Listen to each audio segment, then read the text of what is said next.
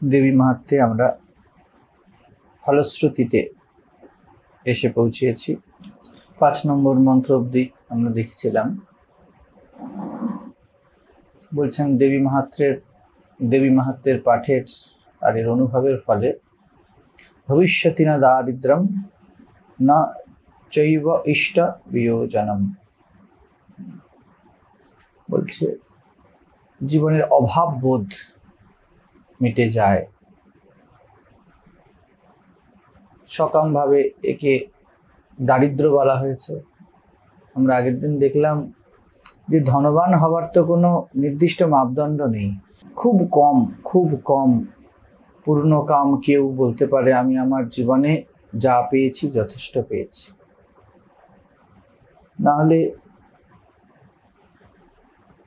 না হলে পুরো জগতের একটি ঘোষণা, যা আছে কম আছে, পাইনি।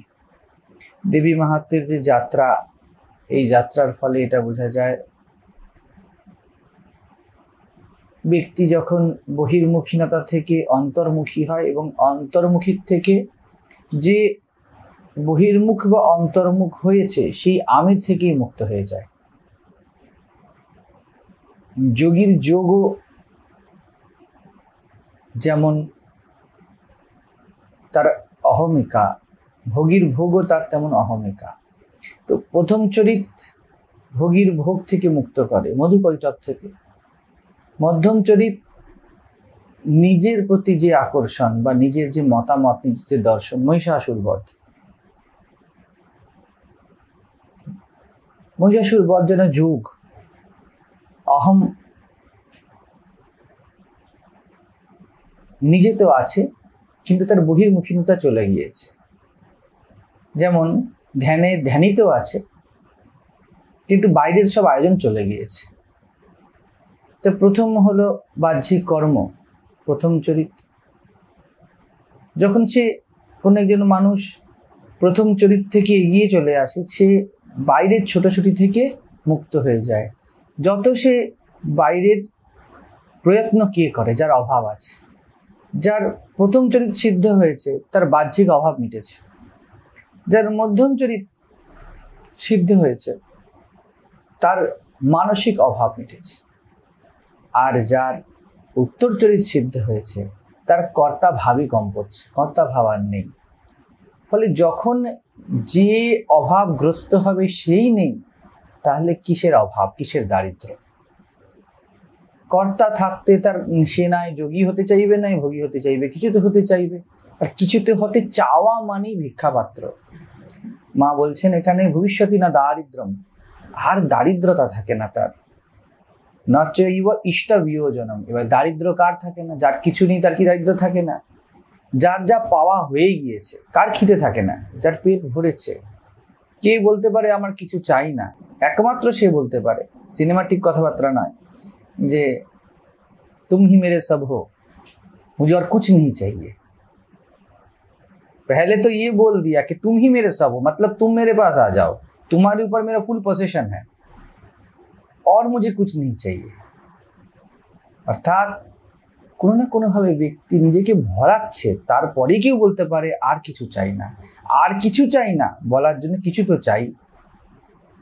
তা বলছেন যে দারিদ্র কেন হবে না? বলছেন ন চৈব ইষ্ট বিয়োজনম, তার আত্মীয় স্বজনের আর বিয়োগ হবে না, আত্মার সাথে তার বিয়োগ হবে না।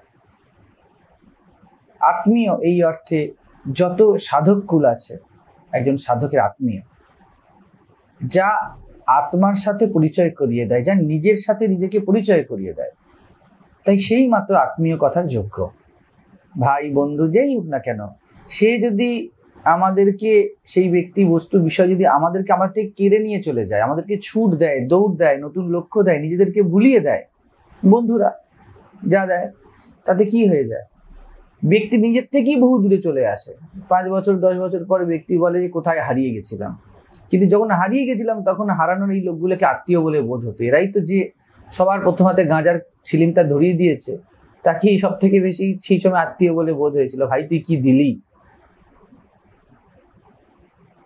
কিন্তু যে আপনার থেকে আপনাকে কেড়ে নেয়, যে আপনার সচেতনতাই আপনার থেকে ছিনিয়ে নেয়, সে আত্মীয় কিভাবে? এবং না চ ইষ্ট বিয়োজনম, এরকম আত্মীয়ের বিয়োজন হবে না। ইষ্ট মানে সব থেকে ডিজায়ার্ড আমরা আলোচনা করলাম, বিয়োগ বিয়োগ আর সম্ভব নয়। দেবী মাহাত্ম্যের উত্তর চরিত্রে দশম অধ্যায় এসে যাওয়ার পরে, অহং শূন্য হয়ে যাবার পরে আর তো কেউ বাকি নেই, কিছু পাওয়ার বাকি নেই। পূর্ণমেব অবশিষ্যতে, অবশেষ কি, বাকি কি বলে পূর্ণই অবশেষ, পূর্ণত্বই মাত্র রয়ে গেছে, আর কিছু বাকি নেই। সেই জন্য আর কিছু হারানোর প্রশ্নই নেই। পূর্ণ থেকে পূর্ণ নিলে পূর্ণই থাকে। সেই বলা হচ্ছে, আমাদের একটা মজা করে বলা হতো না যে মানে জাস্ট ইন্টালেকচুয়াল টেস্ট নেওয়ার জন্য বাচ্চাদেরকে, যে 10টা ছাগল নেওয়া হয়েছিল, ঠিক আছে, তো এক এক মানে একটু যদি বেশি হয় নৌকাতে, ঠিক আছে, তাহলে নৌকা করে পার করাচ্ছে, একটু যদি বেশি হয় তাহলে ডুবে যাবে। এই সময় ছাগল পায়খানা করে ফেলবে, বলা হয়েছে না, তাহলে বলো কি হবে এবার? সেই রকমই যা ছিল তো ভিতরেই ছিল, সেই ওজনটি নিয়েই পুরোটা ছিল, পূর্ণ ছিল। তো ছাগলের ভিতর থেকে যদি সে যদি মলত্যাগ করে এবং তা বেরিয়ে আসে, তো পূর্ণমেব অবশিষ্যতে, থাকলোটা কি আর? তো সেই রকম অবস্থা যে পূর্ণ থেকে পূর্ণ নিলে পূর্ণই থাকে। এক বালতি জল নিয়ে আরেক বালতি জলে ঢেলে দেওয়া হলো, কত বালতি জল রইল? এক বালতি রইল। এক বালতি ছিল, এক বালতিতে ঢেলেছি, এদিকেরটা ওদিক হয়েছে, কোথায় কি গেছে? সেরকম যখন সাধকের অনুভব হয় এই জীবন, আমি এই সমগ্রতা এবং আমার থেকে কিছু যাওয়া আসা সম্ভব নয়, তার মধ্যে যে পূর্ণত্বের ভান বা পূর্ণত্বের ভাব, সেখান থেকে আসে যে বিয়োগ সম্ভবই নয়। এই নয় যে বিয়োগ হয়নি, আমরা সাধারণত ভয় পাই যে বিয়োগ যদি হয়ে যায়, ছাড়াছাড়ি যদি হয়ে যায়, টাকা যদি না থাকে, এটা না থাকে। সাধক এখানে বলছে সম্ভবই নয়। এই এক মগ জল এই বালতি থেকে ওই বালতি দিলাম, আর ওই বালতি থেকে তুলে এই বালতিতে দিলাম, তাহলে কোনটাতে বাড়লো কোনটাতে কমলো? কম বাড়া সম্ভবই নয়। একটাই মগ দিয়ে এদিক ওদিক করেছি, যা গেছে এদিক গেছে, যা গেছে ওদিক গেছে। তো এইরকম এটা বলে আর এগিয়ে যাচ্ছে, মাথায় রাখতে হবে।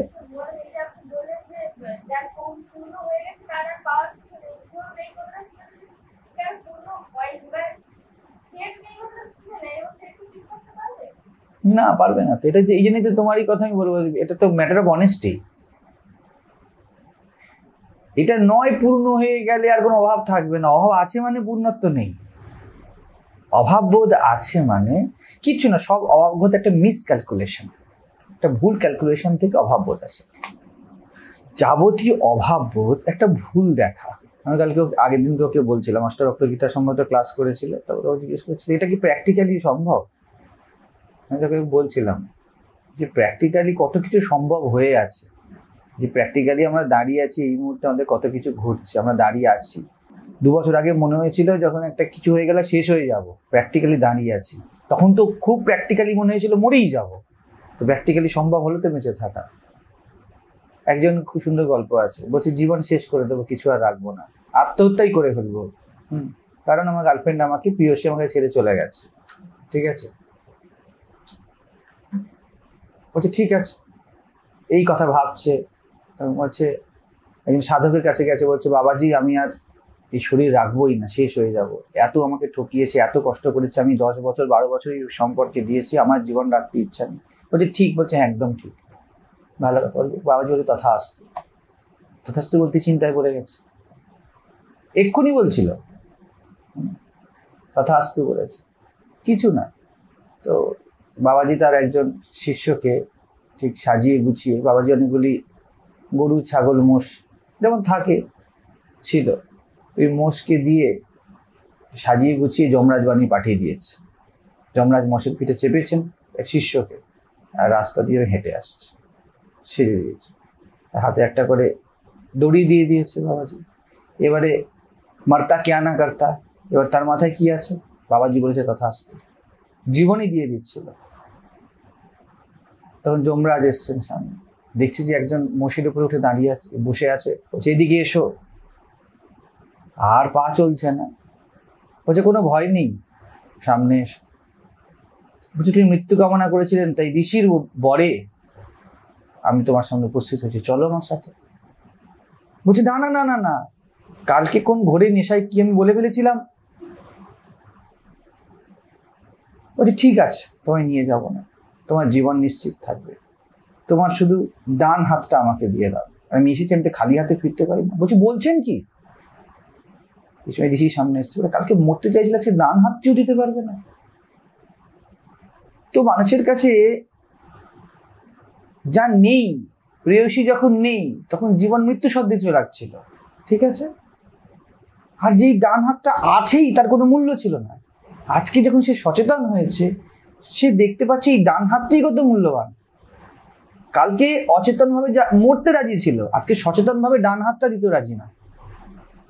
তো যখনই আমরা জাগবো, আমরা দেখতে পাবো আমাদের কাছে কত কিছু আছে। ডান হাতটা তো দিয়ে দিতেই পারতো, পুরো জীবনের বদলে একটা হাত।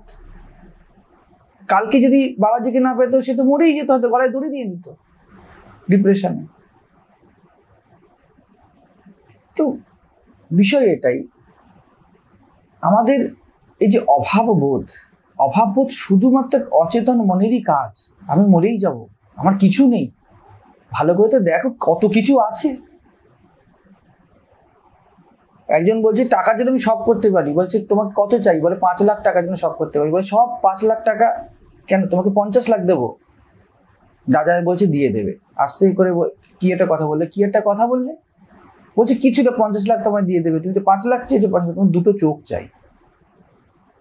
বলছে এই প্রশ্নই নেই। বলে তাহলে কত চাই, 60 লাখ 70 লাখ। বলে 70 লাখে আমি চোখ দিয়ে আমি করবোটা কি? 70 লাখ নিয়ে আর চোখ দুটো দিয়ে আমি করবোটা কি?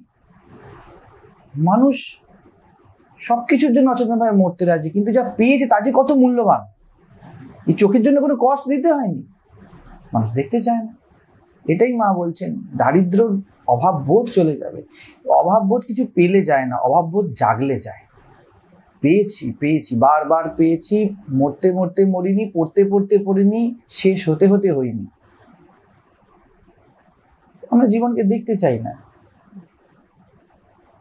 আমরা সম্পর্ক বিয়োগের চিন্তায় থাকি, কত যে পেয়ে গেছি তার মধ্যে থেকে, তা দেখতে চাই না। তো এই জায়গা থেকে ইষ্ট বিয়োজনম যখন বলছে যে না, বিয়োগ হবে না, অর্থাৎ এই সচেতন চোখের বিয়োগ হবে না, ওটাই চাই আমাদের বেসিক্যালি। আর কিছু ভগবান কিছু চাই না, একটা অ্যালার্ট অ্যাটেন্টিভ সক্রিয় মন চাই, যে দেখতে পারে কত কিছুর মধ্যে দিয়ে গিয়েও আমি টাটকা আছি।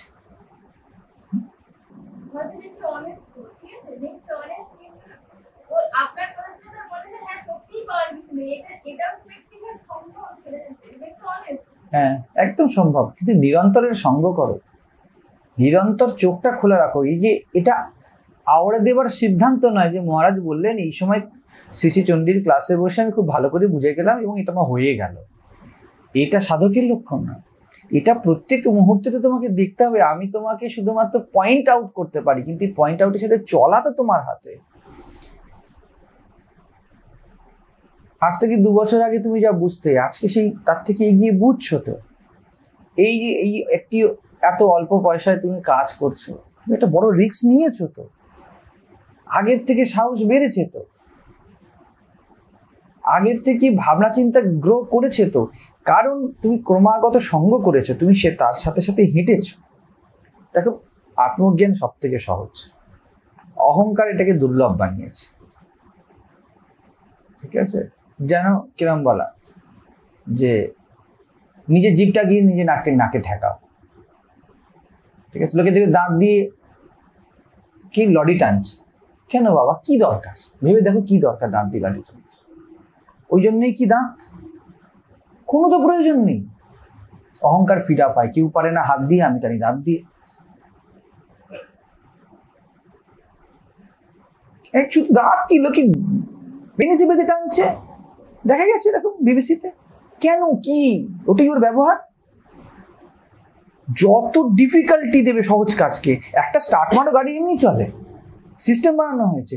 এমন কি হয়ে গেছে, তুমি দুর্ভিক্ষে চলে এসছো এবং হাত পা কাটা তোমার, যে তোমার ওই লিঙ্গ দিয়ে তোমাকে টানতে হবে, বা তোমার কিচ্ছু নেই শরীরের অংশ, দাঁত দিয়ে টানতে হবে। তো এইরকম বিষয়। তো যেটা তুমি বলছো যে আমি পেয়েছি এই অনুভব, এটা খুব সহজ অনুভব। শুধু নিত্য জেগে থাকা কাজ, সচেতন থাকা কাজ, এটা আমার মুখের কথায় তুমি পেয়েছো না, আমি না বললে কি, ত্রিভুবনে কেউ না বললেও তুমি পেয়েছো। শুধু জেগে থাকতে হবে। এতই কঠিন নাকি জেগে থাকা? তো কঠিন বিষয় নয়। হ্যাঁ, তো সেই রকম যা ইষ্ট যা অভিষ্ট তার বিয়োগ সম্ভবই নয়, তোমার অভাব সম্ভবই নয়। অষ্টাবক্র এই ভাষায় কথা বলে, অভাব সম্ভবই নয়, কি করে হবে? তো দেখো না, সহজ বিষয়। যার সেই আগের দিনকে প্রশ্ন করছিল বিকলাঙ্গের, যার পা নেই সে হাত দিয়ে পায়ের কাজ করে নিচ্ছে, যার হাত নেই সে পা দিয়ে হাতের কাজ করে নিচ্ছে। তাহলে অভাব কোথায়? জীবন অভাব মেটাচ্ছে না নিজের? কোথায়? আমাদের সার্ভাইভ করার জন্য বুদ্ধির বিকাশ কি আমরা সচেতনভাবে করেছি না অটোমেটিক হয়ে গিয়েছে? বাঁদরের গায়ের লোম প্রকৃতি এমনি দিয়ে দিয়েছে, তাকে বাইরে সার্ভাইভ করতে হবে। তাহলে অভাবটা কোথায় আছে?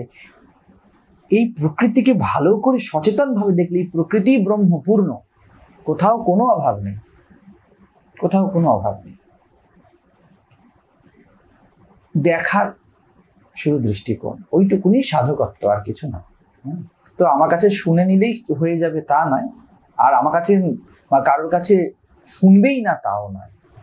তোমাকে দেখিয়ে দেওয়া হয়েছে, এবার তুমি হাঁটো, এবার তুমি চলো। মাঝে মাঝে ভুল হয়ে যাবে, সেই জন্যই তো বারবার বসা, সাথে সাথে বসা। এটা তোমাকে কিছু পাইয়ে দিতে বসা নয়, এটা তোমাকে জাগিয়ে রাখতে বসা। জেগে থাকো, কারণ যা আছে আছেই, তুমি শুধু জেগে থাকো। সেই যে বলেছিল না, ভুলে যাচ্ছি নামটা, সুফিসান্ত,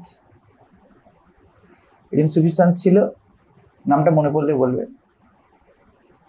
তিনি বলছেন বাড়ির ছাদ নেই, শুয়ে আছে আকাশে দেখছে। ফকির, কি থাকবে তার? দরজাটাও খোলা, দরজা খোলা মানে দরজাটা অর্ধেক ভাঙা, আর দরজার সামনে এরকম চৌকি, ওই যে খাটিয়া পেটে শান্ত শুয়ে আছে। চোর এসছে, চোর আবার দরজা দিয়ে ঢোকে না। চোর দরজা দিয়ে ঢুকলে কি চোর? দরজা ভাঙা থাকলেও ঢুকবে তো সে পাঁচেই টপকে, নাহলে মনে হয় কি করি, করা হলো না ঠিক ঠিক, চুরি করে স্যাটিসফ্যাকশন নেই। চোর পাঁচেই টপকে ঢুকেছে। সন্ত বলে এত কষ্ট করলি কেন বাবা? আমার দরজা বন্ধ আর দরজা খোলা তো একই। ও দরজা কখনো আমি খুলিও নি, আর দরজা কখনো বন্ধও হয়নি। এটা একটা সিগনিফিকেন্ট। আমি কখনো কিছু চাইনি, তাই আমার কিছু অভাব হয়নি। আমি কিছু বাঁচাতে চেষ্টা করিনি দরজা বন্ধ করে, তাই বাঁচানোর মতোও কিছু নেই, কোনো চিন্তা নেই সন্তের। সব ঘটি বাটি নিয়ে যাচ্ছে। খাটের তলায় এইখানে একটা গায়ে কাপড় দিয়ে, একটা কাপড় থাকে না সব খাটের নিচে এরকম পড়ে যায়, খাটের নিচে চাদরটা অর্ধেক পড়ে গেছে, 90% করে লেগেছিল, চোর ওটাকেও টেনে নিচ্ছে। সন্ত শুয়েই গেছে। বলছি না সন্ত শুয়ে থাকতে হবে, চোরও সন্ত, একটু বি সন্ত। যাওয়ার সময় বলছে দরজা দিয়েই যা, তো কষ্ট করে যাবি কেন, পাবি? বলছে না, এই আমার বহুকালের অভ্যাস, মালটাকে প্রথমে বাইরে ছুঁড়ে ফেলবো, তারপরে আমি টপকাবো, তাহলে মনে হয় চুরি করলাম। তো টপকাচ্ছে, এর উপরে উঠেছে। যেমন অষ্টাবক্রের হয় না, রেকাবের উপর পা দিয়ে জ্ঞান হয়ে যায় ঘোড়ার পাদানিতে। চোর উঠেছে পাঁচিলের উপর, আর তেমন সন্ত কি বললো, তোকে যদি চাঁদটাও দিতে পারতাম, ওইখানে পাঁচিলের উপরে দাঁড়িয়েই তার জ্ঞান হলো। আমি কি নিতে পারি? যেমন এই ঘরে সব জিনিসপত্রগুলো ছিল, সেই এমন ঘরে তুই চাঁদের আলোটাও ছিল, তুই চাঁদের আলোটা নিয়ে যেতে পারলি? যা পাওয়ার তুমি পেয়েই আছো, তুমি কি নিয়ে যাবে? এই বোধের জন্য কোনো সন্তের মতো রাত্রে জেগে থাকতে হয়। যখন চোরও পড়ছে তখন জেগে থাকতে হয়, আর কিচ্ছু করার নেই।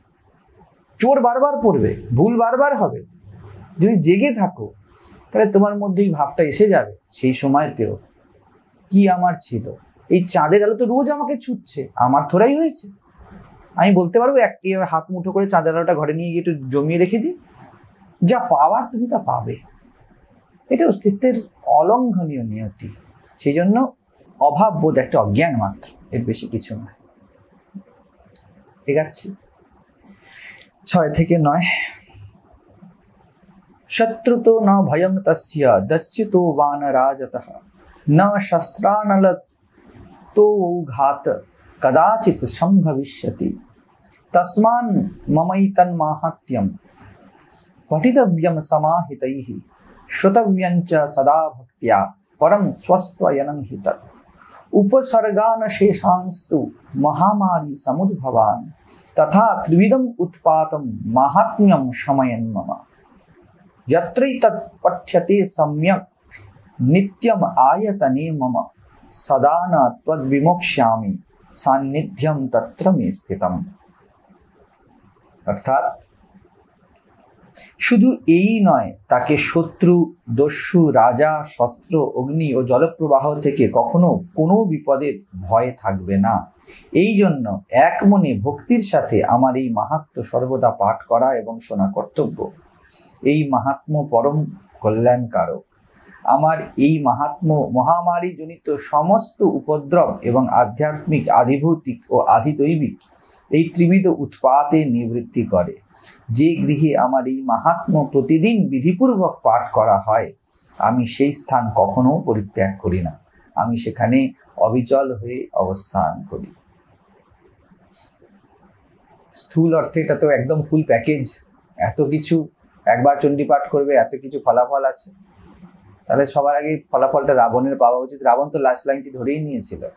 কৃত্তিবাসী রামায়ণে দেখা যায় না, রাবণের ঘরে দেবীর মঙ্গল ঘট বসানো আছে, আর প্রত্যহ রাবণ সম্পূর্ণ দেবী মাহাত্ম্য পাঠ করে, নাহলে জল স্পর্শ করে না। আর এই জন্য দেবী রাবণকে কোলে বসিয়ে যুদ্ধ করায়। যতক্ষণ তার কোলে বসে রাবণ যুদ্ধ করছে, তাকে হারানো যাবে না। সেই জন্য অকাল বোধনে রামচন্দ্র মায়ের পূজা করে, যে মা একে কোল থেকে নামাও, এ তো তোমার মানে কি বলবো অবজারভেশনে আছে, একে তো কিছু করা যাচ্ছে না। রাবণ হয়তো লিটারালি মানেটা ধরেছিল যে যেখানে বিধিপূর্বক পাঠ হয় সেই স্থান কখনো আমি পরিত্যাগ করি না। বলা ছিল এরকম যে রাবণ যেদিনকে দেবীর ঘট নড়ে যাবে, হ্যাঁ, বা সেই দিনকে অমঙ্গল ঘটবে। তখন দেখা যায় মন্দোদরী দেবীর ঘট পূজার পর নিয়ে যাচ্ছেন এবং হনুমান ধাক্কা মেরে ঘট ফেলে দেয়। এইসব কাহিনী আছে, ফেলে দিল, এইখান থেকে অমঙ্গল ঘটলো। হ্যাঁ, এবং ওইদিকে এই 108 পদ্ম ইত্যাদি কাহিনী আছে। রামচন্দ্র নীল কমল দিয়ে পূজা করলো, মা বলল ঠিক আছে। যখন এবং কীট হয়ে, মৌমাছি হয়ে দেবী মাহাত্ম্যের বর্ণ বা অক্ষর মৌমাছি খেয়ে নিল দেবতাদের ষড়যন্ত্রে, তাতে পাঠে ভুল হলো। কি এখানে লেখা আছে প্রতিদিন বিধিপূর্বক অবিধিপূর্বক হয়ে গেল, ফলে এই সব ঘটলো। তখন রাবণের নিধন ঘটল।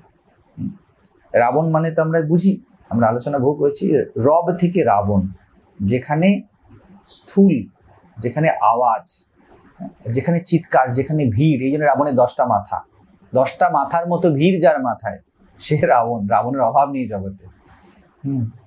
যার মানে 10 জনের মাথার ভার যে অকারণ নিজের মাথায় নিয়ে রেখেছে, সে রাবণ। এত রব, এত আওয়াজ মাথায়, যার শান্তি নেই। সেই জন্য রাবণের 10 মাথা। যেমন রাবণের অহংকার, তেমন ভাবো, যেমন আমরা মজা করে বলি না, মাথা ব্যথা হলে কি হবে, 10টা মাথা একসাথে ব্যথা। তো ইএনটি সার্ভিস কিভাবে চলবে?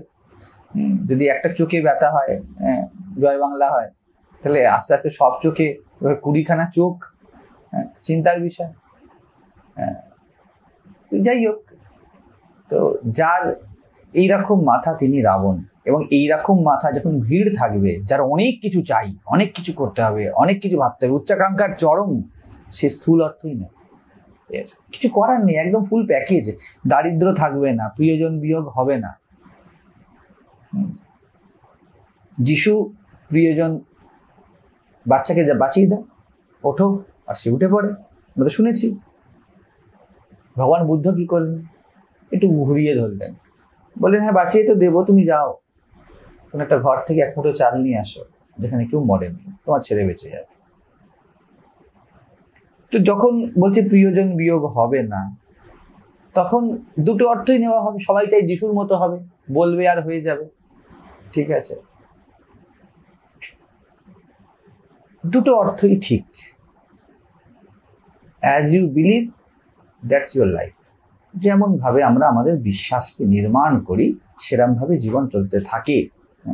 একটু আগে এই অ্যাস্ট্রোলজির কথা হচ্ছিল, তো বলছিল একই অ্যাস্ট্রোলজিক্যাল প্রেডিকশন তিনজনই একই কথা বলছে, তো কি করে হয় বুঝবে? কি করে হয় জানা আছে? এও বলল এর বিয়ে হবে, এর বিয়ে হবে, এর বিয়ে হবে, তিনজনই বললো বিয়ে হবে, এই মাসে বিয়ে হবে, এই মাসে বিয়ে হবে, এই মাসে। কিভাবে এটা হয়? মিলে গেল। তোমার সরকারি চাকরি হবে, তোমার সরকারি চাকরি, তোমার সরকারি চাকরি হবে, তিনজনই বললে একই কথা বললো। তোমার মঙ্গল খারাপ, তোমার মঙ্গল খারাপ, তোমার মঙ্গল খারাপ। তো বলে এটা ছকে হতে পারে, কিন্তু একদম না দেখে আজকাল প্রেডিকশন করে আমাকে জিজ্ঞেস করছিল। বললাম বিষয়টা ওটা না, বিষয়টা সাবজেক্টিভ, অবজেক্টিভ নয়। তিনজনই একই কথা বলেনি, তিনটে জ্যোতিষী একই কথা বলেনি। তাহলে কি ঘটেছে? তুমি একই কথা খুঁজেছ, তুমি বসিয়েছ। তুমি যখন প্রথম জ্যোতিষের কাছে গিয়েছিলে, এটা খুব সুন্দর বিষয় আছে সাইকোলজির, তুমি যখন প্রথমে অ্যাস্ট্রোলজারের কাছে গিয়েছিলে, সেই অ্যাস্ট্রোলজারের কাছে তুমি যেটা শুনেছিলে তুমি তো মেলাতেই গেছিলে বাকিগুলোর সাথে, মেলে কি না? ঠিক। তুমি যখন মেলাতেই গেছো, তুমি অমিলগুলোকে ইগনোর করেছো। অমিল হয়েছে, তোমার মাথার অমিল নেবে না, খুঁজতেই তো কিছু মিল। As you believe. কেউ হয়তো গড়রাজিতে বলেছে, কেউ হয়তো না বলেছে, কেউ হয়তো বলছে সরকারি চাকরি, প্রথম যে বলছে তোমার সরকারি চাকরি যোগ আছে, আর জানে তোমার সরকারি চাকরির চেষ্টা করলে হতেও পারে, এমনি তো ঠিকই আছে, হতে পারে। তুমি সব কথা ইগনোর করে শুধু সরকারি কথাটাকে তুমি খেয়ে নিয়েছো। এও সরকারি বলেছে, ও সরকারি বলেছে, আর তুমি খুঁজতে গেছিলে মিল। তাহলে কার দিকটা ভারী পড়লো? যিনি দ্রষ্টা, যিনি অবজারভার, তার দিকটা ভারী পড়েছে, সে খুঁজে নেবে। আরে মা ছেলের মধ্যে সব দুর্গুণ সারিয়ে সুগুণ কি করে খুঁজে নেয়?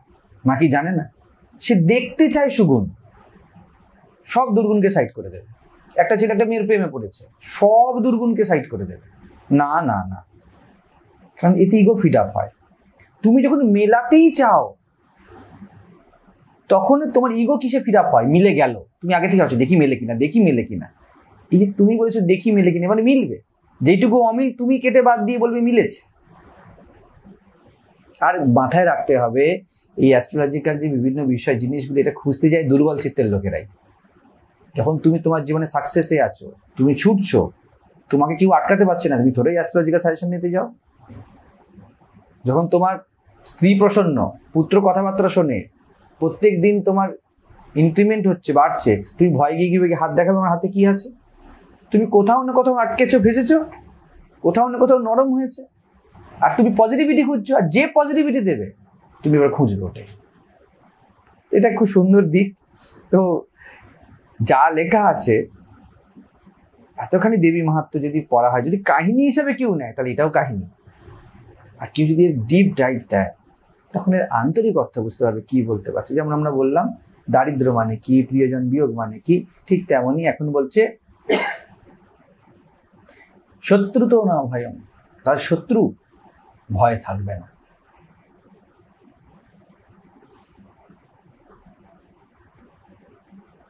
শত্রু মানে কাকে শত্রু বলে? শত্রু বোধ থেকে আসে, মিত্রবোধ থেকে শত্রুবোধ আসে, বন্ধু থেকে। শত্রু এর ভয় না থাকলে মিত্রের আশাও থাকবে না, দুটোই থাকবে না, হতেই পারে না। দ্বৈতের একটা বিন্দু আছে, টাকার হেড আছে, তার টেল নেই। দিন হয়েছে তো দিনই হয়েছে, রাত হয়নি, এটা কি করে হবে? শত্রু ভয় নেই, অর্থাৎ আমার শত্রু মিত্র বোধ নেই। আমি ঘটনাগুলোকে ঘটনার মতো দেখছি, হ্যাঁ পজিটিভ নেগেটিভ সো-কল্ড আছে, কিন্তু তার এত গাম্ভীর্য না যে তাকে ভয় পেতে শুরু করবো। বলছে এইভাবেও বলতে পারো শত্রু ভয় থাকবে না। আচ্ছা, যে কোনো একটা পক্ষ নাও, যে কোনো সো-কল্ড ভালো পক্ষ নাও। সব থেকে ভালো পক্ষ কি জীবনে? সমাধিস্থ হওয়া, ঠিক, ধ্যানস্থ হওয়া, আধ্যাত্মিক হওয়া। দেখো তো এর বিরোধী পক্ষ আছে কিনা? ধ্যানের বিরোধী পক্ষ নেই। ধ্যানের, যদি কেউ ধ্যান করে পেতে চায়, তাহলে ধ্যানের অভাব ঘটলে ভাবো সেরকম সে কত মানে ফ্রাস্ট্রেটেড হয়ে যাবে সেই বিষয়গুলোর উপর যেগুলো তার ধ্যান ভাঙিয়েছে। শত্রু কি করে না থাকবে? থাকবেই। তোমার টাকার কেউ পথে কাঠি দিলে তোমার তার শত্রু বলে বোধ হয়, টাকা তো তবুও কম, তুমি টাকা ছাড়িয়েই তারপর ধ্যানের দিকে যাও যে এইসব অনেক হয়েছে, এবার আমি আন্তরিক দায়িত্ব দিই, আমি সন্ন্যাস নিই। সন্ন্যাসের যে বিরোধ করবে কত বড় শত্রু বলে বোধ হবে, তাই না? তো মিত্র বলে যদি কিছু বোধ থাকে, দ্বৈতের বোধ থাকে, শত্রুর বোধও থাকবেই। শত্রুর ভয় যেতে গেলে তাহলে পজিটিভ জিনিসগুলি থেকে পাওয়া যে আকাঙ্ক্ষা, যে শুভতার আকাঙ্ক্ষা, তাও যেতে হবে।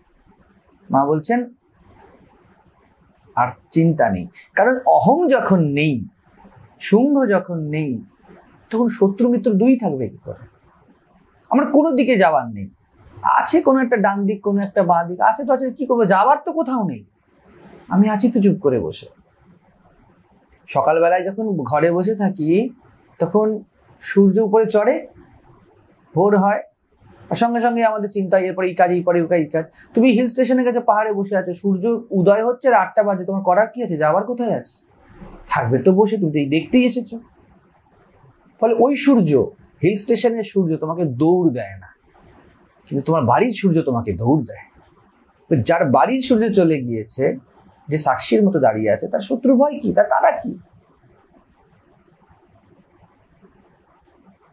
বলছে?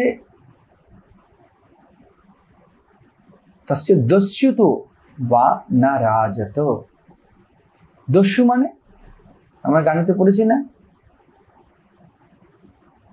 লোভ মোহ আদি পথে দস্যুগণ। দস্যু মানে কি? যে লুট করে নেয়, যে হরণ করে নেয়, তাকে দস্যু বলে। আমাদের মধ্যে থাকা যে গহনতম গুপ্ত সংস্কারগুলো, বিভিন্ন সংস্কার, তার আমাদের সবকিছু লুটে নেয়। মনেই হয় না আমি দুর্বল হয়ে পড়ি, দুর্বল হয়ে পড়ি। কোন সময় একবার সেই ম্যাঙ্গো রসগোল্লা খেয়েছিলাম, ভালো লেগে গেছিল, সব ছোট জিনিস, যেই মিষ্টির দোকানে যাই মনে হয় এই রসগোল্লাটা আছে। লুট করে নেয় কোথাও থেকে, গুপ্ততম সংস্কার থাকে, কোনো একটি জিনিসের বিশেষ বোধ, রসবোধ। যখন প্রথম মিষ্টিটা খেয়েছিলাম, থোড়াই মনে হয়েছিল যে এটা এত ভালো লাগবে, এমন ভালো লাগলো যা তার থেকে সরতে পারছি না। এটা কিরকম? লুটের মতো, তুমি জানো না লুট হয়ে গেল তোমার কাছ থেকে। দুদিন একজনের সাথে বসে কথা বললে, 3 দিনের দিন হোয়াটসঅ্যাপ নম্বর দিলে, হ্যাঁ, আর 4 দিনের দিন তোমার হাতে সময় নেই, লুট হয়ে গেল। বলছে কোনো চিন্তা নেই, দস্যুর ভয় নেই।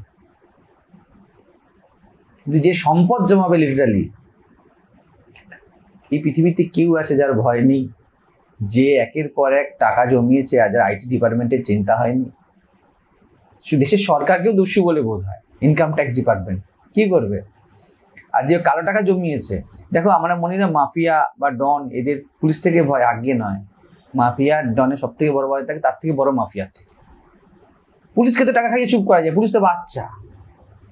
ডনেদের বা এই আন্ডারওয়ার্ল্ডের বাইরের সাথে রেশারেশি না, তাদের নিজেদের মধ্যে ভয়ঙ্কর রেশারেশি। কি এগিয়ে থাকবে, কি মানে আন্ডারওয়ার্ল্ড কিং হবে। প্রত্যেক জগতের তার তার মতো সমস্যা আছে, তাই না?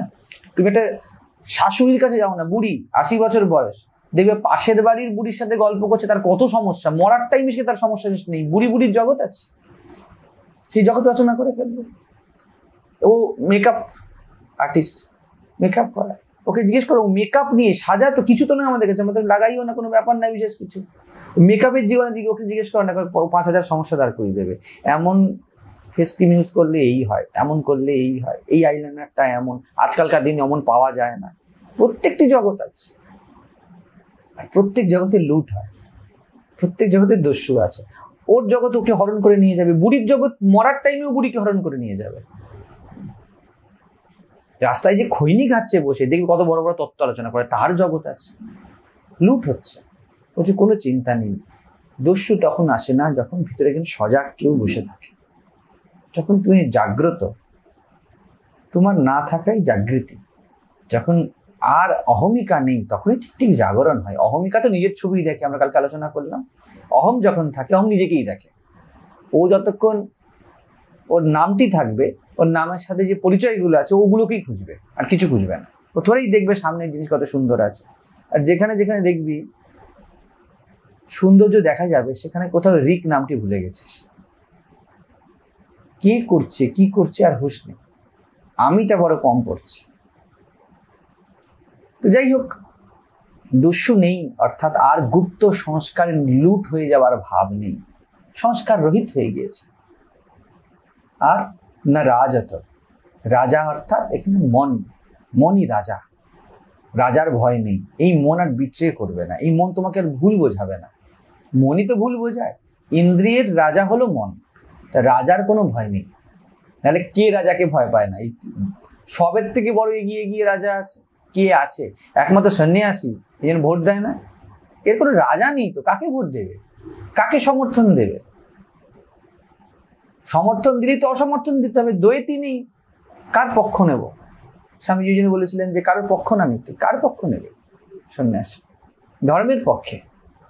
রাজনীতি দাঁড়িয়েছে বিভেদের উপরে, আর বিভেদই অধর্ম। বর্তমান রাজনীতি দাঁড়িয়েই আছে বিভেদের উপরে, ডিভাইড অ্যান্ড রুলের উপরে।